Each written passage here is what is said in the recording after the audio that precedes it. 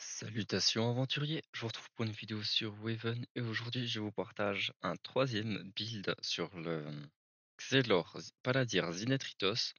Alors troisième build, oui et non, étant donné que c'est plutôt simplement une troisième variante, une amélioration encore des builds précédents.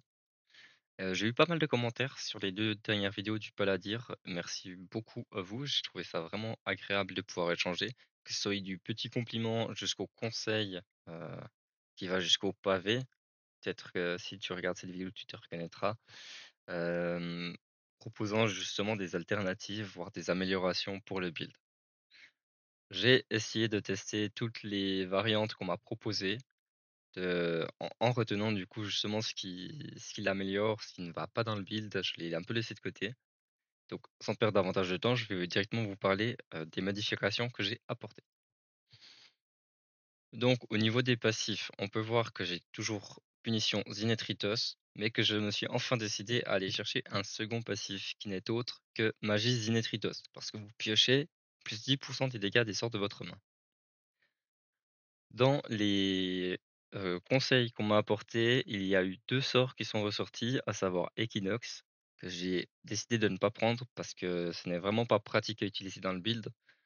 L'effet chrono qui en découle est vraiment dur à utiliser. On va généralement avoir donc l'effet chrono pour ceux qui ne savent pas, c'est qu'on a au moins 2 points d'action en réserve qu'il se déclenche. Ici, souvent en début de tour, on va claquer directement notre réserve pour pouvoir claquer une exactitude en premier sort, donc l'équinoxe est très dur à placer. Cependant, pour l'instant, je ne mets pas une croix sur le sort. Je vais faire encore des tests avec, voir si j'arrive à le faire, tout simplement parce qu'en fait, on va jouer avec un autre sort qui n'était pas là avant, et ce sort, c'est Retour de flamme. Inflige 50% de l'attaque de votre héros à tous les adversaires. Et lorsqu'on déclenche chrono, plus 100% des dégâts à ce sort. Dans le build actuellement, je n'ai pas de sort chrono, ce qui veut dire qu'il ne sera pas boosté par les 100% à chaque fois qu'on déclenche un chrono. Cependant, il sera boosté par Magicinetritos qui permet que lorsqu'on pioche, il augmente de 10% ses dégâts. C'est long. Voilà, c'est un sort qui tape très très fort, mais il est long à stacker avec le build dans l'état actuel. C'est pourquoi je ne pense que ce n'est pas la forme finale. Cependant, ce sera le dernier build que je vous propose pour le moment, car suis déjà très satisfait des dégâts qu'il a.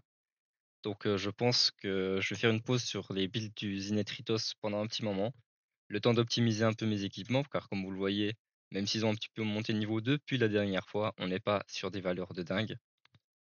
Donc j'attendrai d'être un peu plus opti pour vous présenter une prochaine vidéo avec les prochaines modifications. Ici donc, reprenons-en où on en était. Retour de flamme permet justement d'ajouter un burst quand même non négligeable au build. Grâce à lui, j'ai pu diviser par 2 à peu près le temps qu'il me faut pour faire un combat niveau 120 en étant quasi unstuff, donc c'est plutôt pas mal.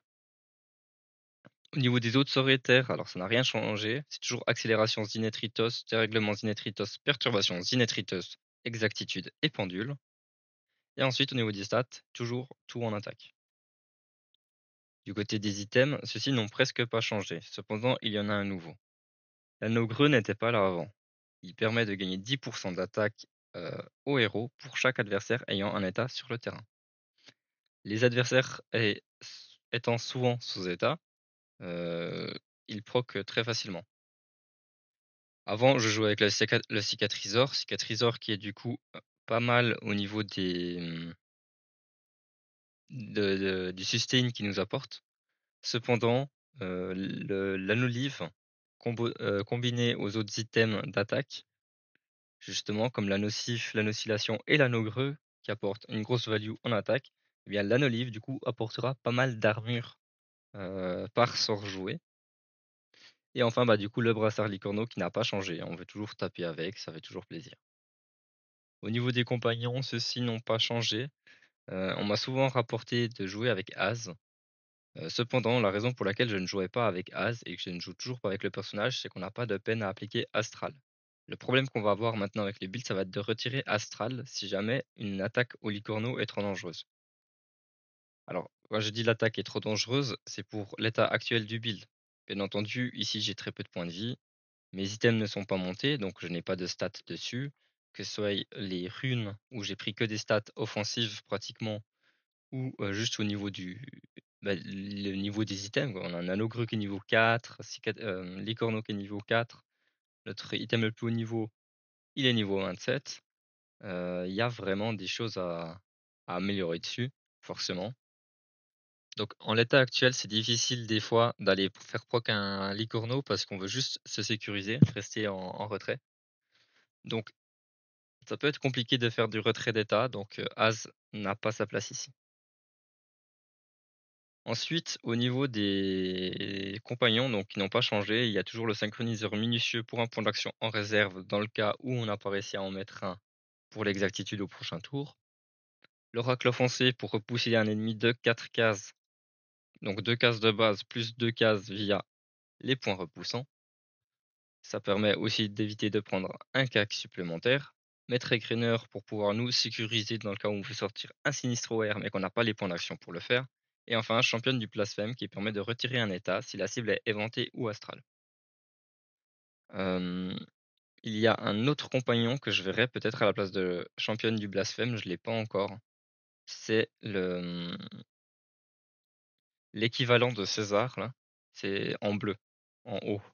Lui, il permettra justement de gagner un point d'action pour le tour, donc faire un tour à 7 points d'action. Et de plus, s'il fait un coup critique, il peut vous mettre un point d'action en réserve. Ce point d'action reste normalement tant qu'il est en vie uniquement, je crois. Mais ça reste du coup de quoi faire un gros tour si on a ce compagnon, que je n'ai pas drop du coup justement sur ce serveur saisonnier. Enfin bref, maintenant au niveau des sorts, il y a eu des petits changements. Ayant intégré Retour de Flamme, il a fallu que je retire un autre sort. Le sort que j'ai décidé de retirer est Aiguille Aquatique, qui permettait pour un coût total de 1 point d'action de retirer un état élémentaire. C'était pas mal, justement, dans le cas où on voulait pas faire proc le brassard licorno, mais ici dans le build, c'est le sort qui sortirait le plus facilement. Il y a aussi Sinistro Air qu'on pourrait retirer, mais qui nous permet de nous sécuriser en cas de problème. Donc en ayant vu ces changements, je vais vous proposer un combat. Alors cette fois-ci, je vous propose pas un combat chez les Thors, on va changer un petit peu. Je vais vous proposer un combat chez les vampires niveau 120.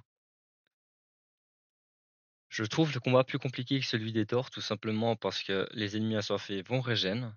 Et surtout, on a notre ami le comte vampire là, qui tape à 3 cases de distance avec un total de 3 points de mouvement. Donc il est facile pour lui de nous atteindre. De plus, là, pas de chance, il spawn en étant assoiffé. Donc ça va être très dur pour nous de le maintenir à distance en le désassoiffant. À partir du moment où on veut aller le désassoiffer, on va sûrement devoir prendre un coup.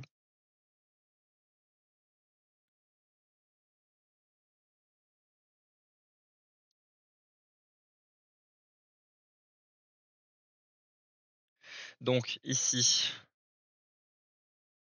je commence directement en plaçant les ennemis un peu plus proches de moi pour pouvoir faciliter le kite dans un second temps.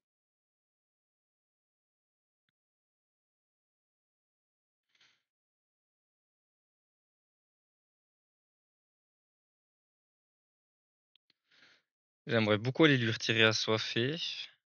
Cependant, c'est un peu risqué sur ce tour. Je vais juste me poser dans le coin. S'il y a qu'un ennemi qu'il faut que je déplace.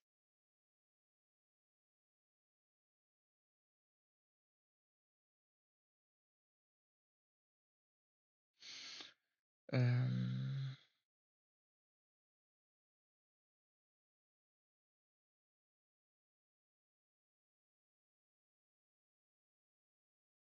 Il faut que j'essaye de réfléchir pour pouvoir l'approcher sans qu'il me tape.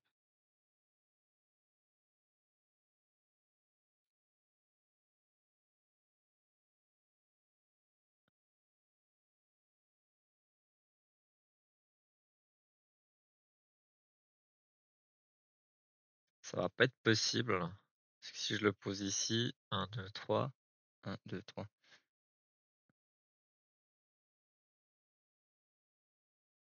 Ok, il faut que je le pose ici, c'est le plus proche où je peux le poser. Ça change pas grand chose par rapport à avant. Et là, malheureusement, j'ai overdraw mon exactitude.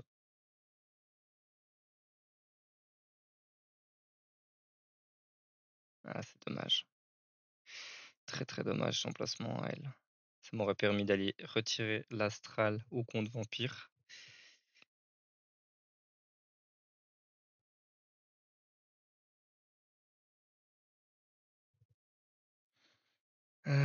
Comment faire? Ici, le kiting, il va être très, très dur parce que il y a 2 ennemis qui sont dans les proches des coins dans lesquels je pourrais aller. J'ai pas de Sinistro R, c'est un peu la merde.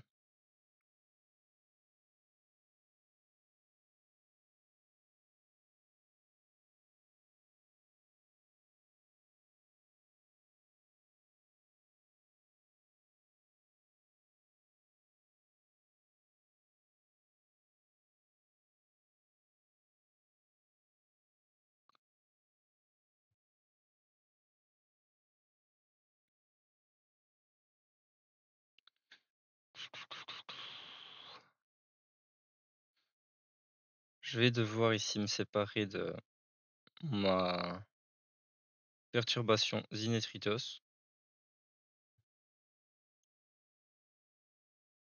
Je vais forcément prendre un coup. Alors je vais essayer de prendre le moins de coups possible.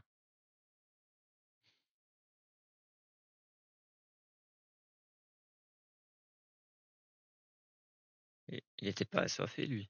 Si? Il a pris de l'assoiffé au début de son tour. Bon, c'est pas grave, je suis dans la merde. Alors, voyons voir. Est-ce que je vais pouvoir survivre à ce combat?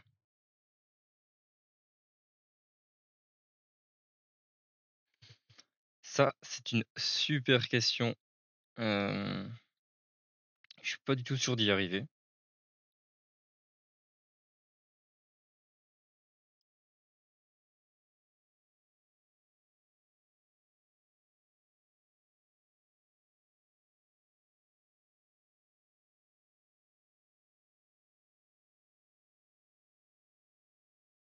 Alors, lui, tac, 1, 3, il me touche pas. Donc pour le moment,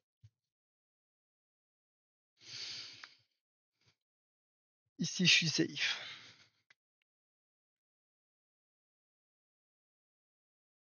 Ça veut pas dire que je vais réussir le combat forcément.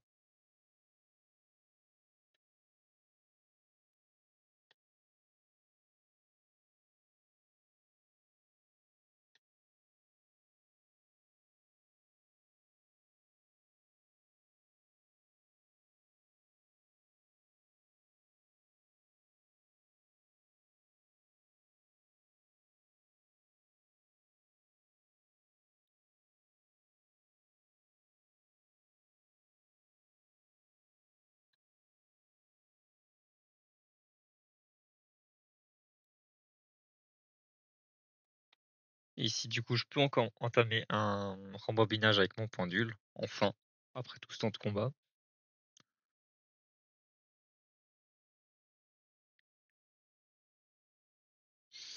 Alors, comme vous voyez ici, le fait de ne pas avoir le cicatriseur me met un peu dans la merde, étant donné que j'ai pas le temps de régène entre les tours.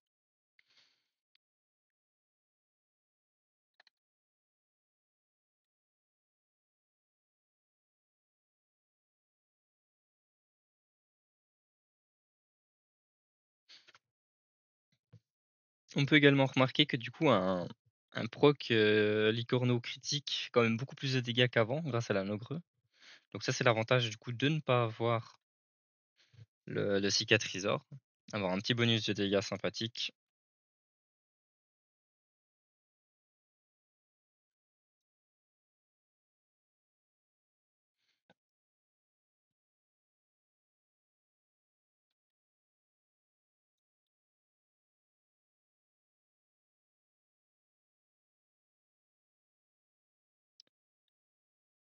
Ici, malheureusement, j'ai mal joué. Je vais être obligé de casser en fait mon kiting. Euh, je peux pas envoyer ce baron de ce côté-ci de la map, étant donné qu'il va être bloqué par elle. Je vais donc devoir l'envoyer de ce côté. Cependant, de ce côté, ça m'arrange pas parce que c'est là où je compte me déplacer pour le prochain tour.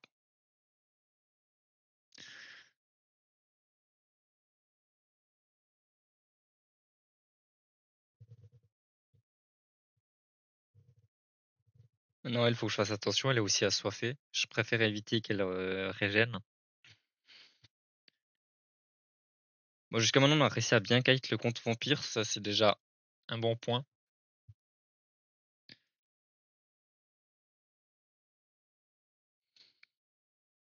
Là où je dois finir maintenant, ça va être dans le coin où j'étais tout à l'heure, juste ici.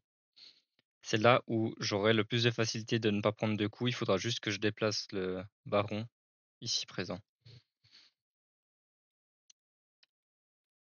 Oh, mes raccourcis ne fonctionnent plus, c'est terrible. Je vais devoir tout faire à la main.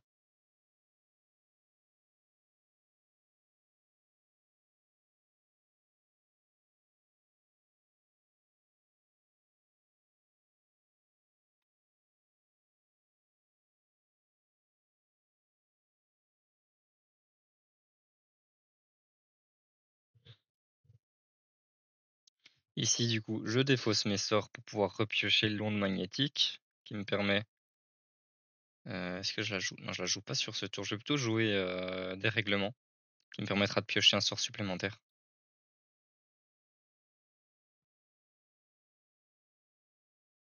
Et j'ai pas du tout fait ce que je voulais faire étant donné que lui, il est à portée d'attaque.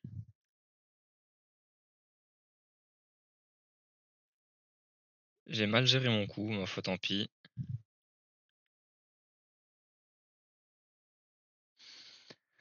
Ma foi, tant pis. Je vais prendre un beau petit hit dans le coin de la bouche. Il gagne à soiffer.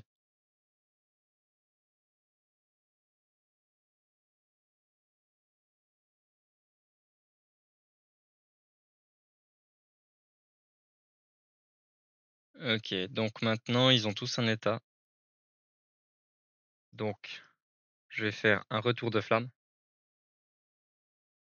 avec un licorno.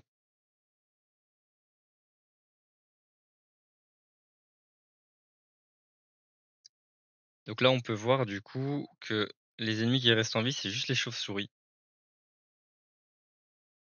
Il va falloir juste, parce qu'elles tapent quand même relativement fort, donc il va falloir que je les que je gère leur aggro avec les compagnons.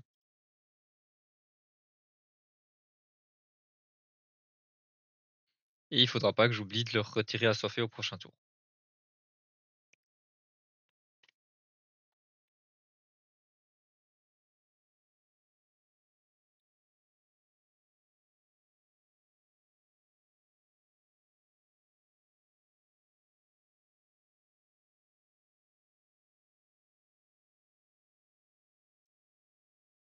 Donc j'invoque l'autre compagnon qui retirera assoiffé à celui-ci. Je me déplace dans le doute où je les tue pas. Voilà, c'est tout. Donc vous voyez, le combat a duré entre guillemets que 10 minutes, ce qui est beaucoup plus rapide que ce que j'ai proposé dans la vidéo précédente. C'est vraiment pas des combats faciles, étant donné qu'on a vraiment très peu de résistance. Donc c'est vraiment le temps que le stuff se monte, ça va être très, très dur. Mais je voulais justement vous montrer cette différence où, bah, justement comme vous avez pu voir sur le tour retour de flamme, donc on le joue très peu le sort, hein, on va vraiment surtout le défausser généralement. Mais tant qu'il revient en main et il conserve les boosts qu'il a eu durant les moments où il était dans notre main. Et du coup avec ça, en fait, ça fait qu'on a un gros tour de burst quand on le lance. Entre lui et le licorno, on lance toujours retour de flamme avant de frapper au licorno. Heu, Comme ça, retour de flamme est boosté par l'anneau greux, parce que le licorno retirera un des états sur le terrain. Donc retour de flamme, puis licorno. J'espère que la vidéo aura pu vous plaire.